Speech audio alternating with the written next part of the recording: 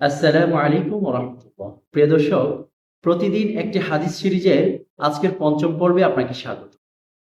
আজকে আমরা কথা বলবো সহিহ মুসলিমের 2113 নম্বর হাদিস নিয়ে।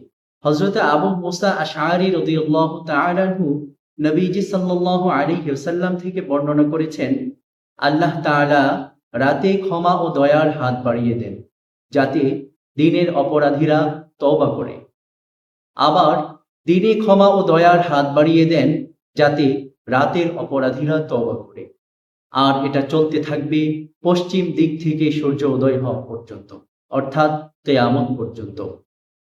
প্রিয় দর্শক, খাঁটি তওবা করার জন্য 4টি শর্ত রয়েছে। 1 নম্বরে অতীতের গুনাহকে ছেড়ে দেয়া, 2 নম্বরে গুনাহের উপরে অনুতপ্ত হওয়া, 3 নম্বরে দৃঢ় প্রতিজ্ঞা করা আমি ভবিষ্যতে আর ইচ্ছাকৃতভাবে এই গুনাহ, 4 নম্বরে যদি নিজের জিম্মায় কারো হক থেকে থাকে তাহলে সেই হক পূর্ণ করে দেয়া।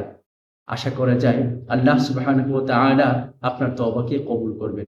তিরমিজি শরীফের 3540 নম্বর হাদিসের বর্ণনায় নবীজি সাল্লাল্লাহু আলাইহি ওয়াসাল্লাম বলেন, ইয়া বানা আদম ইন্নাকা মা দাআউতানি ওয়া রাজাউতানি গফারতু লাকা আলা মা কানা মিনকা ওয়ালা উবালি।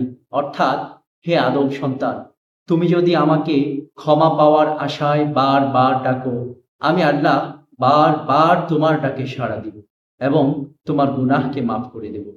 আমরা সহিভাবে তওবা করি এবং রবের দিকে ফিরে আসি।